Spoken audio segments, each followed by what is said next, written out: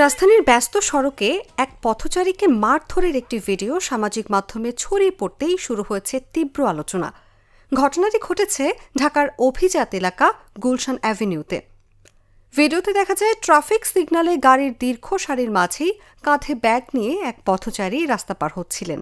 এ সময় তার ব্যাগ এক নারীর কনুয়ে লাগার পরই পরিস্থিতি উত্তপ্ত হয়ে ওঠে। পরে জানা যায় ওই নারী রাশিয়ান বংশোদ্ভূত বাংলাদেশি মডেল মনিকা কবির। শিয়া বাটার ও ভিটামিনে সমৃদ্ধ লিলি বিউটি সোপ, তারুণ্যময় উজ্জ্বল ত্বকের জন্য।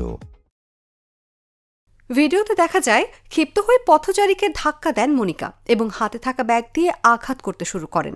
আশেপাশে অনেক মানুষ উপস্থিত থাকলেও কেউ তেমনভাবে হস্তক্ষেপ করেননি। পরে ভিডিওটি সামাজিক মাধ্যমে ছড়িয়ে পড়তে শুরু হয় সমালোচনা ও বিতর্ক। কেউ কেউ দাবি করছেন পথচারী নাকি অশোভন আচরণ করেছিলেন, তবে এই বিষয়ে এখনও নিশ্চিত কোনো তথ্য পাওয়া যায়নি। ঘটনার শেষ অংশে মনিকাকে ভিডিও ধারণকারী ব্যক্তির দিকে ফ্লাইং কিস ছুড়ে দিতে দেখা যায়, যা নিয়ে নতুন বিতর্ক তৈরি হয়েছে। এর আগেও ঢাকার বিভিন্ন সড়কে অদ্ভুত সব কর্মকাণ্ড করে সামাজিক মাধ্যমে ভাইরাল হয়েছেন তিনি। হাঁটা, দৌড়ানো কিংবা নাচ, বিভিন্নভাবে নজর কাড়েন তিনি।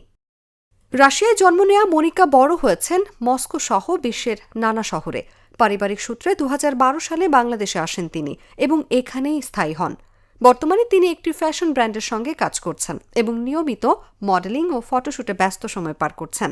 তবে সাম্প্রতিক এই ভাইরাল ভিডিও নতুন করে তাকে বিতর্কের কেন্দ্রে নিয়ে এসেছে। নিউজ ডেস্ক, জাগো নিউজ।